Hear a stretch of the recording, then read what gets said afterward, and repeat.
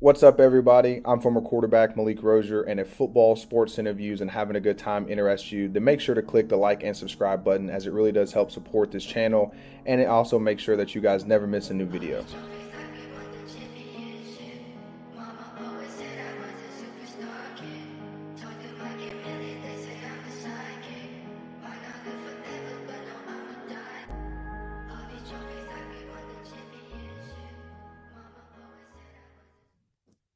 How's everyone doing? And welcome back to episode number 3. I'm super excited for this episode. As you know, we're going to start off right and we're going to get into the college news. So, to start us off for the college news, we're going to talk about the 6 spring games that I watched and some of the takeaways.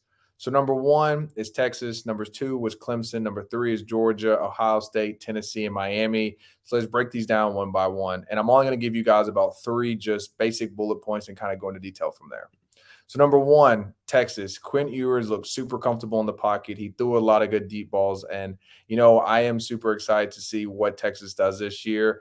Who's going to replace Robinson? Who's going to replace their running back? They do have a lot of talented guys, but their running back last year was super special. I think he has the ability to do the same thing that he was doing in college, obviously at the NFL level. So who's going to replace that run game? Because if you know me, I always believe in run game sets up the pass, and so they need a running back. Obviously, I think they have 3 really good quarterbacks with Quinn Ewers, Malik Murphy, and obviously Arch Manning. But they're going to need a run game if they're going to want to play. They're going to need a run game if they're going to want to compete against the Alabama, the Georgias, and the Ohio States. So last is number 3 is defense needs to tackle better.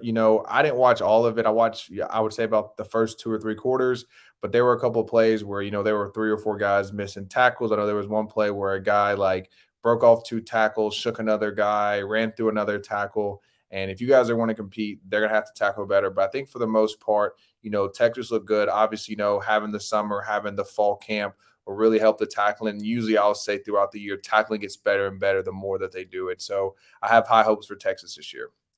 Next is Clemson. I'll say number 1, the defense looked really good. Obviously Clemson has a ton of talent on both the offense and defensive side, but I'll say in the red zone to me is where Clemson's defense really stood up. They had some takeaways.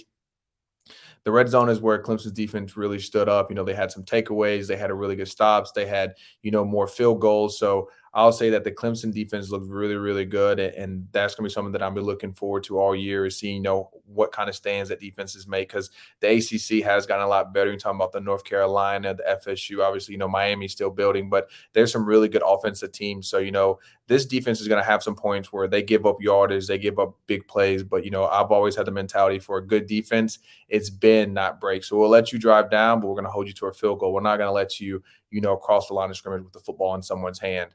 Next is K. Klubnik looked good, but I would want to see him a little more comfortable under pressure. There were some times where the defense did a good job of getting pressure, and it calls either a turnover or a bad decision or a bad throw. So for a team that's looking, how do I affect this offense? I would say a lot of pressure, especially in passing downs on Cade. Don't let him get comfortable. If he is comfortable, it's going to be a very, very long game because this guy is accurate and this guy is really good. But, usually it takes time to, become comfortable with consistent pressure all the time. So that was one thing that I kind of took away is I think, overall, Cade had a great spring game, but, there was some pressure throws where I felt like he allowed the pressure to accelerate his thought process. And then in return, it accelerated, his form, which caused inaccuracies. So number 3 is offensive weapons. I think they have a lot of good offensive weapons. They have Will Shipley. They have Phil Mafaha.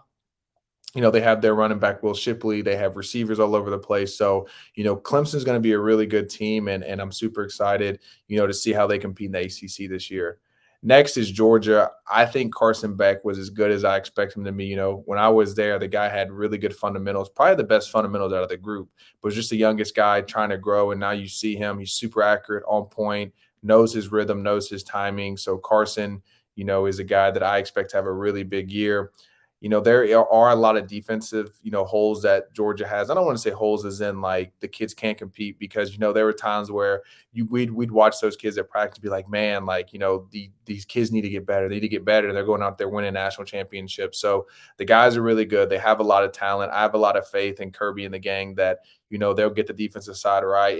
And when you have older guys on defense, you're talking about Marcus Rosemary, you're talking about Carson Beck, you have Brock, you have all these guys that are offensive weapons that return. The offense in the spring should click a little more. So I expect the defense by the summer and fall time to be clicking and to be back to that savage dog defense. Last, and kind of what some of the defenses, they're a super talented team, but they are super young in some areas.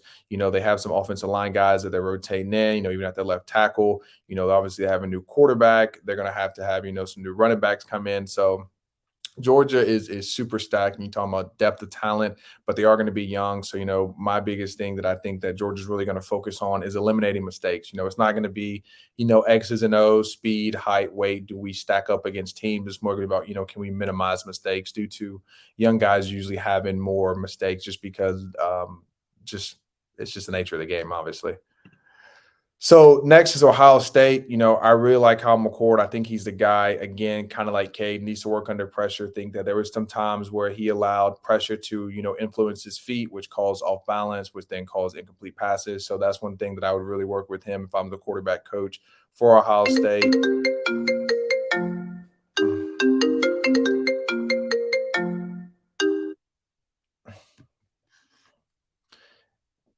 That's what I would work if I was a coach for Ohio State. Number two, the receivers are really good again. They're making plays left and right. They got 4 and 5 stars all over that roster. So, Kyle McCord is going to have some great guys to throw to. He has a great running back. So I expect the Ohio State offense, to keep kick. I expect the Ohio State offense to keep. I expect the Ohio State offense to keep clicking. Last, number three, the defense is fast. They're flying all over the field, to stay with those receivers, to not be able to have many, breakaway plays and big post and goes. It shows the speed of the defense and the fact they rally tackle and things like that. So I think Ohio State's probably the number one team, if not Michigan, but I really like Ohio State. I think they're going to do a lot of damage with Kyle McCord at their quarterback.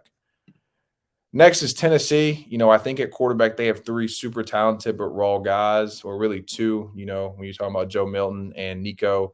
But, it's really going to be about how do you simplify the offense? Those guys have talent, whether it's arm talent and even leg talent.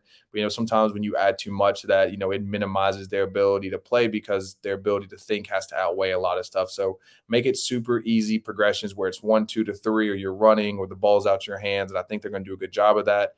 At receiver, they have three studs, and one of them we're going to talk about later, but they have three studs at receiver. I know, Dante Thompson from Oregon just transferred over there. So there's going to be guys at receiver for them that I think are going to be really, really good and really help the quarterback out.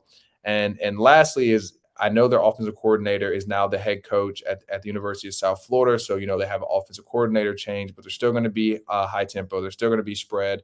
But, kind of what I said, man, everyone kind of comes in with the same kind of offense mentality. To me, the biggest keys are when do you call plays, what down and distance, how do you use your personnel, how do you use your formations?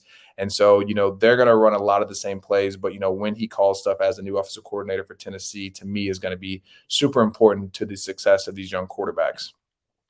Next is Miami. So, I got to throw him in there. As you can tell, I'm wearing the shirt. So, Ruben Bain, absolute beast. I think he is going to be the missing piece that Miami needs, especially at, defensive tackle. Obviously, we have LT, we have Mesidor, but those guys, are going to have breaks. And I think Ruben Bain is going to be that high energy, hopefully consistent player that comes in, whether it's, third down, whether it's, a middle of a second, maybe he gets 3 or 4 snaps consistently, but he can give, some of our older guys a break, but still be really, really productive. So I have a lot of, expectations for Bain just off of, the spring practices and even the spring game where he had 3 sacks.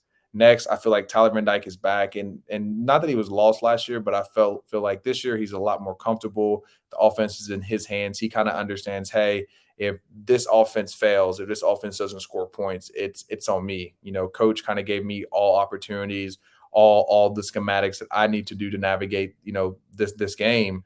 And I feel like last year with Gaddis, he was more restricted. It was like, hey, you're going to go 1 to 2, or hey, this is kind of the play set in stone. Where lastly gives them the ability, hey man, if you don't like it, if you want to check out of it, here are our checks to kind of help us. So I think if you're an older guy, and I know at least when I was at quarterback, I like the ability of that freedom, the ability to, change plays, the ability to, if at any point I felt uncomfortable, that I was able to, I was able to get to a play where I felt like I had better and more options based on, the schematics of the defense. So next, we're going to go into the transfer portal. This thing has been crazy, and yeah, I love the photo, so I hope you guys like it too. So these are my top portal players right now. Number one, Bear Alexander. You guys know he's from Georgia, really good guy, defensive tackle. I think he's more going at it more for an NIL standpoint. I think he wants to get paid, but this guy definitely deserves it. He's a beast, and he's going to change any roster he steps foot on. Next is Savell Smalls. I hope I said that right. He was a 5-star University of Washington. Again, another interior guy that I think is going to have impact where he goes. Next is Ryan Davis. This guy is a phenom. I saw him at Georgia. He's big, he's strong, he runs around. He is really, really smart. I give him that. Whenever we talk, he had really high intellectual conversations. So I think Ryan Davis is going to go somewhere and have a lot of impact. So, I'm super eager to see where he goes. Next is Jaden Davis, Oklahoma, defensive back. He was a 4-star coming out of Miami. Hopefully we can get him back down. As I know, the University of Miami is, looking for some corners, and I think that he's a guy that has speed and some size that can definitely help us. And even with this guy, Jordan Hudson, TCU wide receiver, played as a freshman, had some catches. I think this guy is someone that I don't know if he'll lead the state of Texas, but he is explosive. He has playing time, especially in high-level games. So I think he's someone else that is a top kid in the portal. So next, we're going to go to the professional news. This is more, regarding the NFL. So now we're going to go on to Hurts. My dog got paid 5 years, $255 million with $175 million guaranteed. That is ridiculous. Like, he deserves it. When you talk about someone that, had his faith put to the test, that had his personal belief put to the test. Is, I mean, like, do you believe in yourself? Do you have faith in yourself? I know he is religious and he believes in God, but at the end of the day, when it comes to sports, yes, there is that religious standpoint to where God has put me here for a reason. But also, too, you got to look at yourself in the mirror every day, especially talking about a guy that got benched at Alabama, that is now playing in the NFL, that had a chance to play for Philly, that took them all the way to the Super Bowl, and to me could have been the Super Bowl MVP with the way that he played. So I love this for him. I think that a lot of the guys really rally around him. The one question that I would say for Philly is, you know, how do you keep good talent around him, especially with this type of contracts? I think he's going to have to do something similar to what we saw Deshaun Watson do, which is where, he kind of gave up a little money so that, they can pick up 1 or 2 more offensive superstars, whether it's a tight end, a receiver, an offensive tackle. So I really do think that Jalen Hurts deserves this money, but I think, the type of guy that he is and the way that, football is kind of progressing now, I think there's going to be a standpoint to where he's going to have to, take a contract reduction to get 1 or 2 players that are really help that offense out. So next, we're going to talk about this guy, Lamar. I've talked about him a bunch, but Lamar needs an agent. When you're seeing, Jalen Hurts and these other guys sign these mega deals, I'm thinking about Joe Burrow is probably going to try to get a contract like this. You're probably going to have Herbert trying to get a contract like this. And if both of those guys get a contract before this guy right here, who is an absolute stud, it's because he doesn't have an agent. So, there's CAA, there's Rock Nations, there's Athletes First, there's Clutch Sports Group, there's Rosenhaus Sports Group. Even, Rosenhaus said that by now he would have had Lamar a contract. And I kind of think that's true. These guys have the connections. These guys are able to talk to, managers and different things like that to be able to get their guys really good contracts. I kind of did the order based on, how much money they have in total, but a lot of these groups are really big, and I think that they would do a really good help for Lamar. I know that he wants to be independent. He wants to do his own thing, which I definitely respect. But, I think whenever you're losing out on millions and millions of dollars, it's better to give up 10% and have to deal with some of the stuff. As long as you know what the contract entails, there's ways to have safe negotiation with, an agent and be able to say, hey, man, you got me this contract, so this is what you deserve. Because clearly we're seeing there's a huge resentment and pushback with him. I don't think it has anything to do with race. I know there are some racial stuff that's being pulled into it, but I think a lot of it has to do with the fact of one, injury, and secondly, he doesn't have someone that is fighting back and forth consistently with, managers and things like that, which is what your lawyer does. So, I hope that he's able to figure it out himself. I think he is a player that is phenomenal for the game, phenomenal, youth African American quarterbacks that, kind of like myself, that whenever we were growing up, there wasn't many, really good African American quarterbacks. Obviously there was Dante Culpepper, there was Michael Vick, there was those guys, but now you're seeing more prevalent. And I think that Lamar is going to be an answer in a lot of ways. So next, we're going to move into the Washington Commanders. They just got sold for $6 billion. I know there's some logistical part that that's going on between the NFL, the third party group, and the Washington Commanders right now. But I know they even have Magic Johnson involved. I really like this move. I think that the owners of the 76ers has done a good job of transforming that organization into a positive light. I think they'll do the same here, especially some of the positive impact that they'll have. I know that for the people that don't know, the reason why he has to give up his organization is he was basically caught sexually harassing, and there's still an ongoing investigation, but there was allegations of, sexual harassment as well as money embezzlement going on, where he was basically hiding the amount of revenue that, Washington was making so that he could pay out less and keep more. So this guy is not a good guy. I think that, hopefully over time, there's some light that's being shown whether he actually is, the person they say, or whether, I'm wrong and everyone else was wrong. And he is actually a guy that, runs his organization the right way and, didn't embezzle money or basically didn't steal money. But, I just think all the signs, especially some of the people that come out and talk, are just showing that, this guy needs to be out of a place of power because, he can't control himself. So next, we're going to go over Allen Robinson. This guy is going to the Steelers. I think this is a huge pickup, especially talking about Kenny Pickett, who's accurate but needs some weapons around him. He already has George Pickens. They have the running back.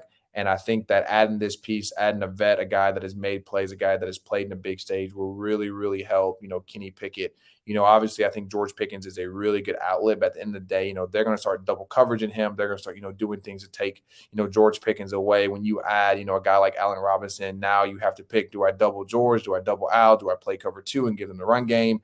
It causes a lot of issues, for a defense. So I love this pickup, especially for a young quarterback.